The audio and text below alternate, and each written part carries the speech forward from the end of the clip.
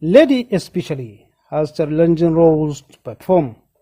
One, as housewife, the other to attend to her rigorous filming schedules.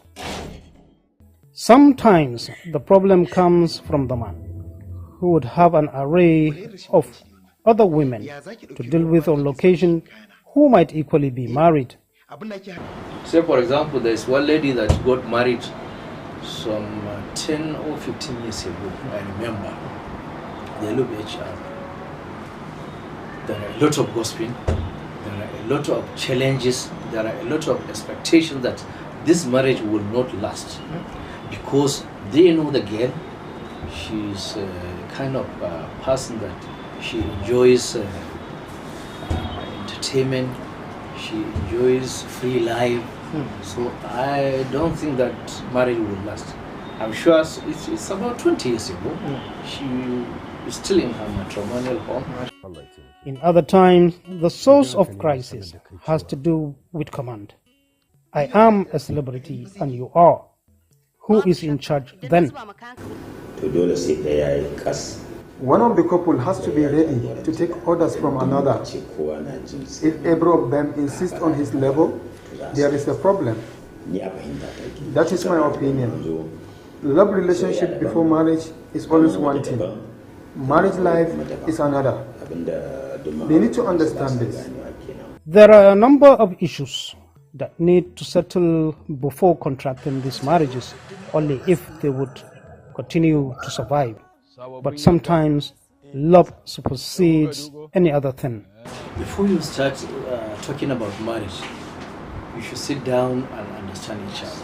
If you understand, then I think whatever problem may come in, it could be minor and it is easy to solve.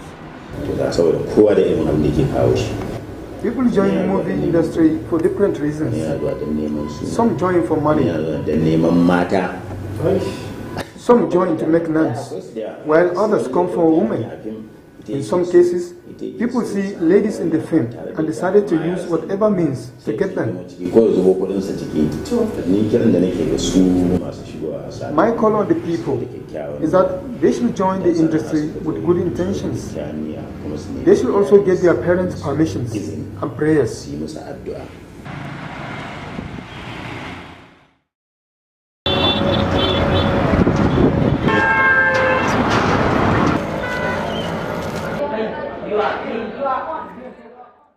Education is said to be the process of teaching and learning. We are going to differently place. The effectiveness of this process is often evaluated through examination.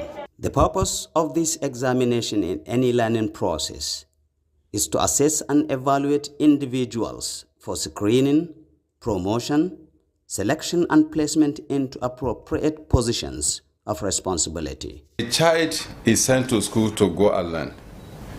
And from the day of that learning process starts, there is a purpose. And the end purpose is the exam that we are talking about. And the purpose of that exam is to test the knowledge that has been acquired. In Nigeria, the last few decades have witnessed an alarming rate of increasing incidents of examination malpractice at different learning stages, posing a serious threat to nation building. Many factors are attributed to this worrisome act. Some students engage in exam malpractice due to the high level of laziness. So many students nowadays don't like studying, like they take exam malpractice as a shortcut to success. They just take exam malpractice like a way that they don't have to study, they just use that cheat sheet, or let's say another way to just shortcut or bypass studying to just succeed in the exams. The standard of education is perpetually declining actually. If you go to our classes, the classes are supposed to accommodate 40 students, you see more than 100 students condensed in it. This will not allow for proper class management by the teachers. And this must facilitate cheating among students during examinations. Exam malpractice starts right from our homes, aided by parents who has disallowed school authority to do what needs to be done to prepare these children for what is ahead of them, which is what? Examination.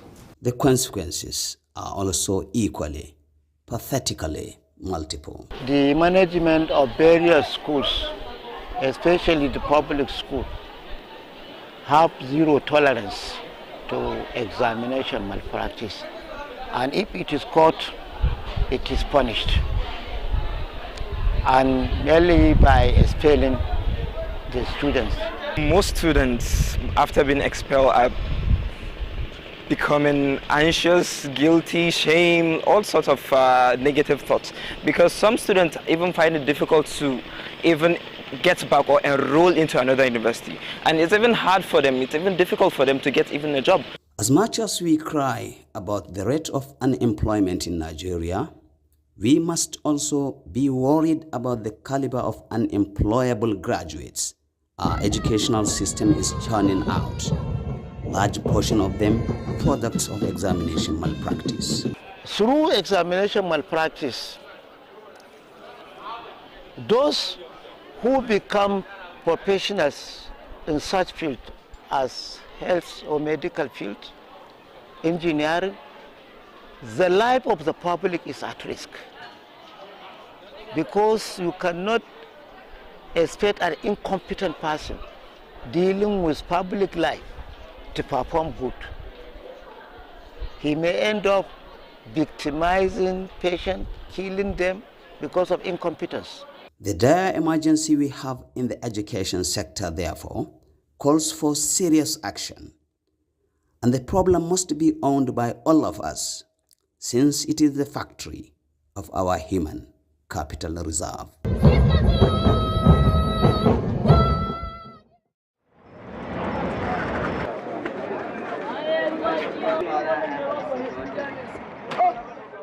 Singa Market, Kano, a prominent and major central distribution and marketing point of foods and beverages.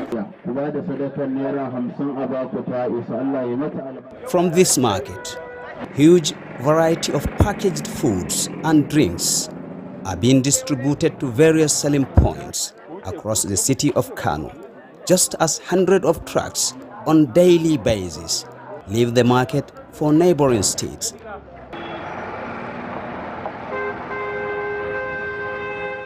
However, some few years back, Singa Market was suddenly thrown into crisis when apparently a contaminated food additive, otherwise known in Hausa as tanthami, believed to have been brought out from some stores in the market, found its way into many homes across the city of Kano.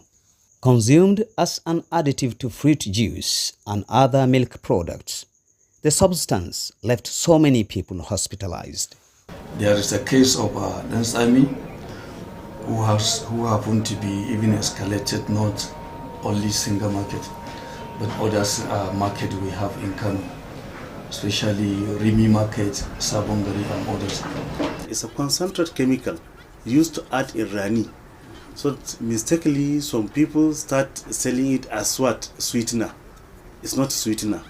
So before you know it, this from the source, the case is escalating, people are buying. And then this is associated with cost, the current economic situation of the country. If the sugar, people that cannot afford sugar, they're now thinking that when they get sweetener, it will replace the sugar. This devastation prompted swift action by the government of Kano State. Measures was taken at that time is a government interfere into the issue, really, by coming into the market, following the news they had on radios, some of the Hausa radios here in Kano, and they make a very serious action on it by bursting into many stores where those enzymes we are stored in there. Then after all, the people arresting that engaging on the issue been taken to police station and later charged them to the court. All efforts to have some of the victims recall the circumstance failed.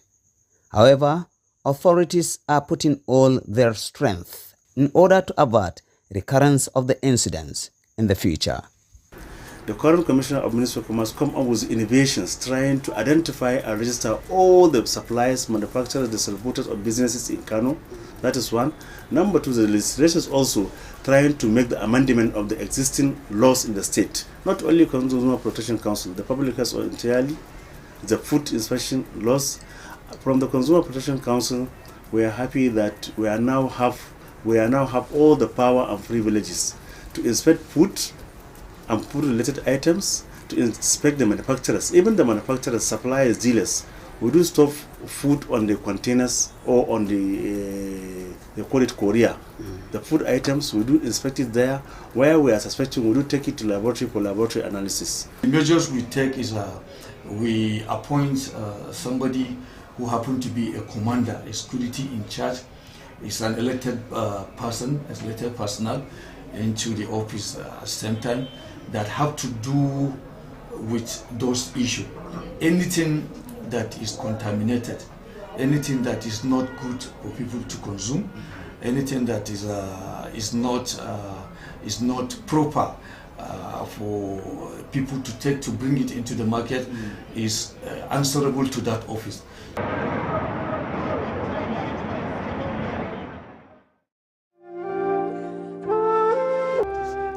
No doubt in recent years, the increase in drug abuse in our society is a major source of concern.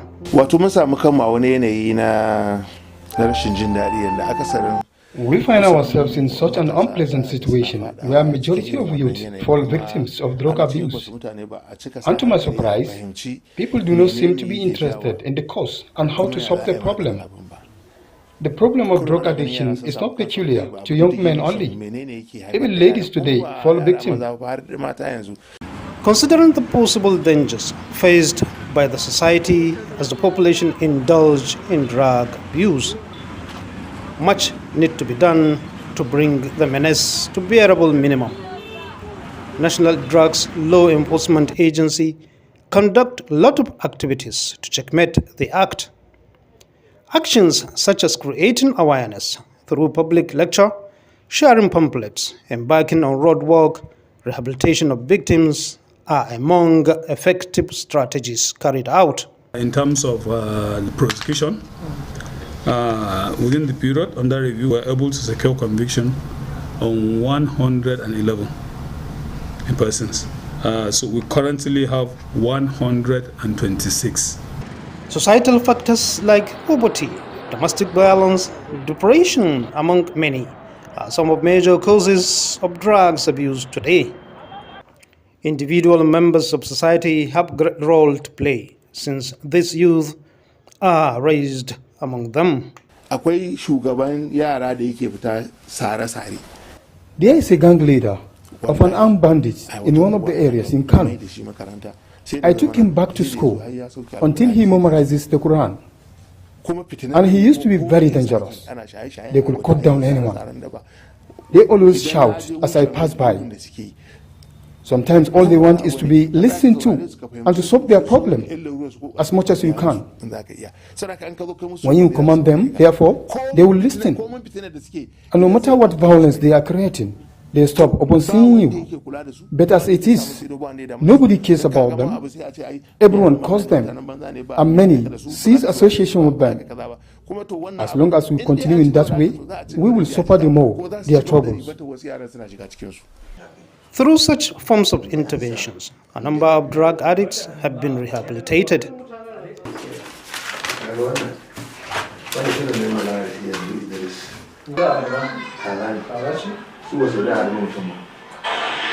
Abubakar Haruna, a young man of an average age, and his friends, who were sometimes into hard drugs, now not only rehabilitated, but fully giving back to society. Indeed now, my life differs a lot from what it was. We have achieved greatly. I am now into 9 years wearing uniform. I was a cadet officer then. We created a lot of troubles. But because of the uniform, We are no more into that. Now, I'm in so much love with the uniform to give my contribution to the society.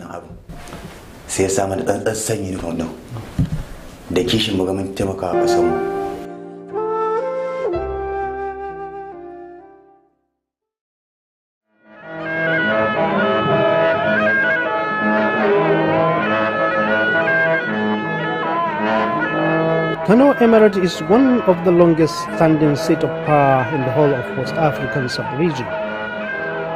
For more than 5 centuries ago, very little has changed as far as rich cultural practices and heritage that everyone here is proud of. Gidarumpa, as the household is popularly called, sit on about 10 hectares of land and compose of 8 royal courts in Hausa called Fada.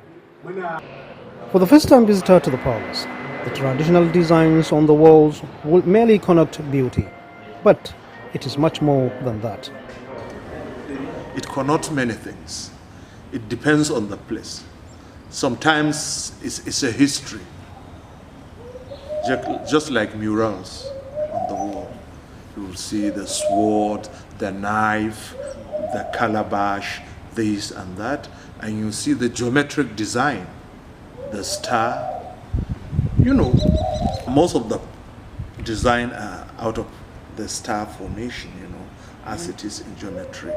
And then that star is very important astrologically because normally it's a northern star, which is part of the ruler, is guided by one of the ruling stars, Zuhal in Arabic, they call it Zuhal. Formation of Emir's collection of regalia is remarkable. The colorful designs on the flying gown called Babbar Riga means a lot. There is a flying gown, Babbar Riga, that has a decoration called 2 knives. The 2 knives is a sword used during the lifetime of the prophet. So it signifies, it has some meaning to It's history. Yes. And there is magic square.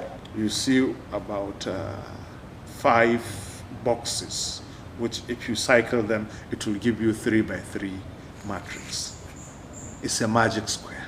It will interest you to know that even the process of sewing this regalia requires specific times and conditions.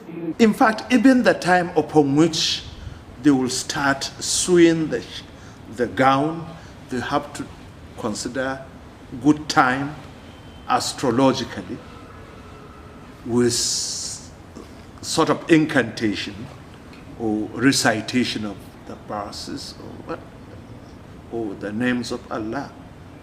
So it is not only for, in fact, it is more for protection than aesthetics. The turban itself tells who the bearer is. His kind of turban tells you this is an imam, or this is a prince, or this is a title holder, and that. Anybody you see with 2 rabbit ear on his turban is a princely title holder, or even the emir. One unique, valuable object of culture is a twin spear, which is peculiar to the Emir of Kano. It is only the emir that uses the twin spears. He's the only one that wears the ostrich feather shoe. So he's the only one that uses bow and arrow to walk around.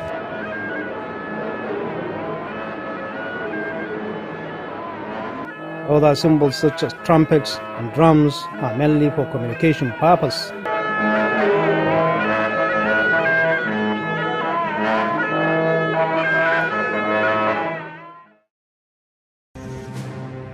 The title of Eze Ndibo testifies the presence of Igbo people in Kano. It is also a suggestion that, as diverse as Nigerian tribes, cultural appreciation could give way to tolerance and harmony.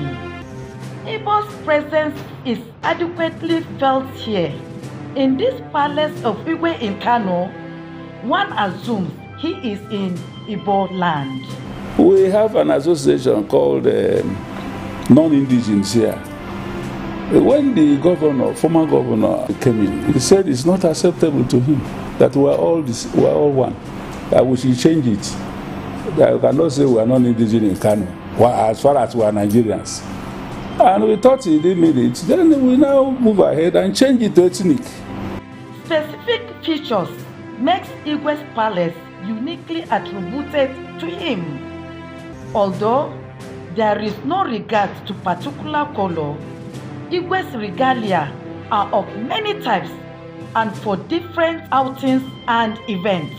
In terms of clothes, we celebrate Ofala. That is yearly events, signifying the number of years you have been on the throne. We have a special regalia for that. And occasions also has its own. Then having meetings with your cabinet members also has its own. If you are Igwe, your cap will be different from a chief. It cannot be the same with chief because it's the Igwe, the Eze that crowns chiefs. That's why you see red caps of so many Igbo indigenes who are prominent Igbo men. The seats, specially made for Igwe, bear symbol of lions, beautifully decorated to indicate being a warrior. Initially, before you become a king in Igbo, you must be a conqueror. And a lion is you know what lion means. So for somebody to sit on this type of seat, he's a warrior. In most occasions, Igwe is noticed as holding a staff as a symbol of authority. I have the bigger one. Those ones are there. But those are the things to confirm that you are. But if you look at my picture there, you will see it, the one I'm standing with. That is the staff of office. We have our tradition in the East, which we are representing here. And for us being the Ezes outside Igbo land, is to let our people, our children, know of our culture, because so many Igbos were outside. A visit to this palace, beads treatment on Igwe's neck, is obviously among the aesthetics royal items that grace every visitor.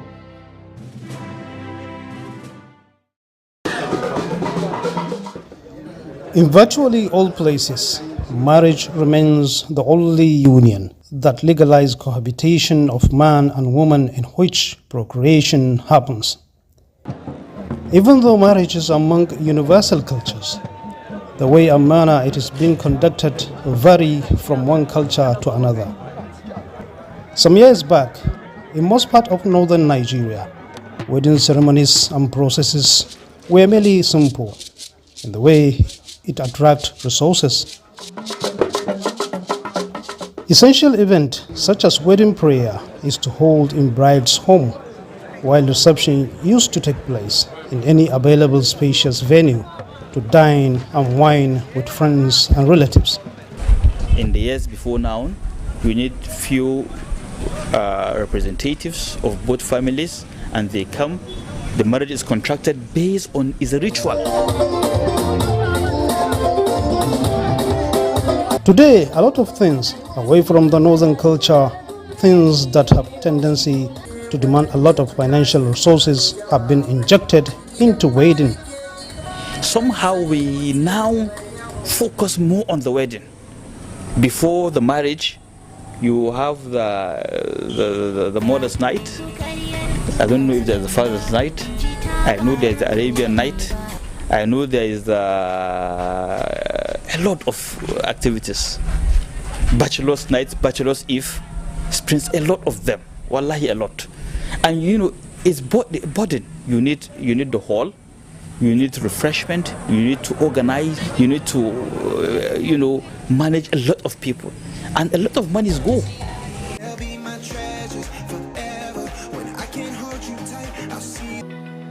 By implication, these expenses impacted strongly on all classes of people. That is why you have many able men and women not married, and they want to get married. But these additional appendage being placed on weddings have made it inaccessible. If you look at the amount of money that people are spending on such activities is huge. And as well, the type of things that the groom is taking to the bride's house, if you look at, if they are showing all those things, you see that the life is getting another thing entirely. Many people believe that the intrusion of these new cultures has overall implications on the survival of most marriages being contracted today. I wanna see the stuff the world has got in store. Normally, before, all these things, they are not in our culture. Like here, yes, like here now. Nobody is even supposed to see the bride safe. But now the brides are even coming out, even they dance together with the in-laws in public together, and nobody is looking at that as anything. Understand? And even wearing a wedding gown, which is not part of our culture. If care is not taken, even before the marriage is being contracted, by the time of this leafy and what have you, you see some frictions will begin to show themselves, either among the couples or among the parents of the couples, or sometimes even the combination of both.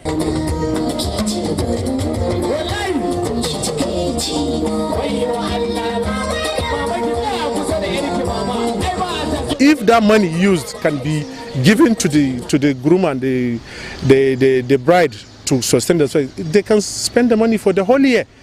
All these unnecessarily additions to weddings, let's push them aside. Let's look at the quality. Let's look at the probability to be matched.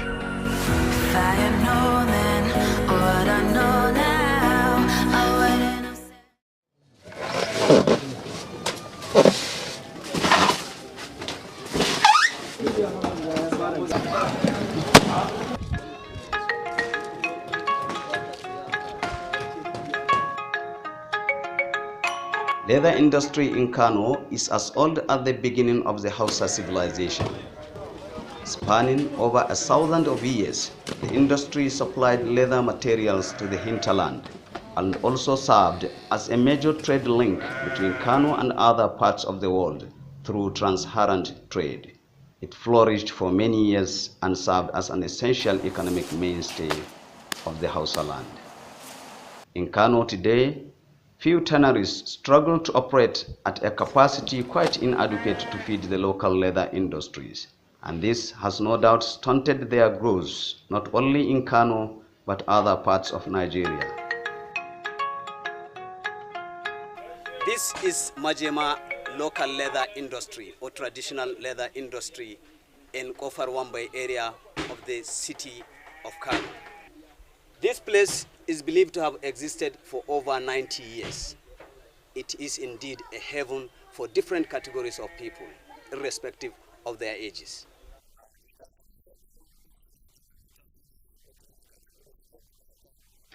We grew up into the business of tanning, which we inherited from our forefathers. I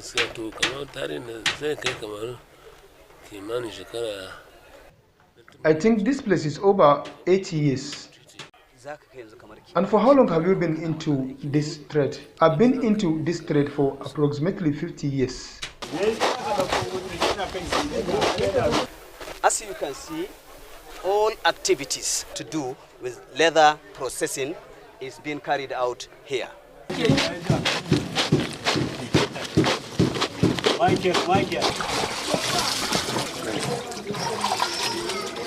Ni dai gaskiya dai da farko tasowa ne na ganna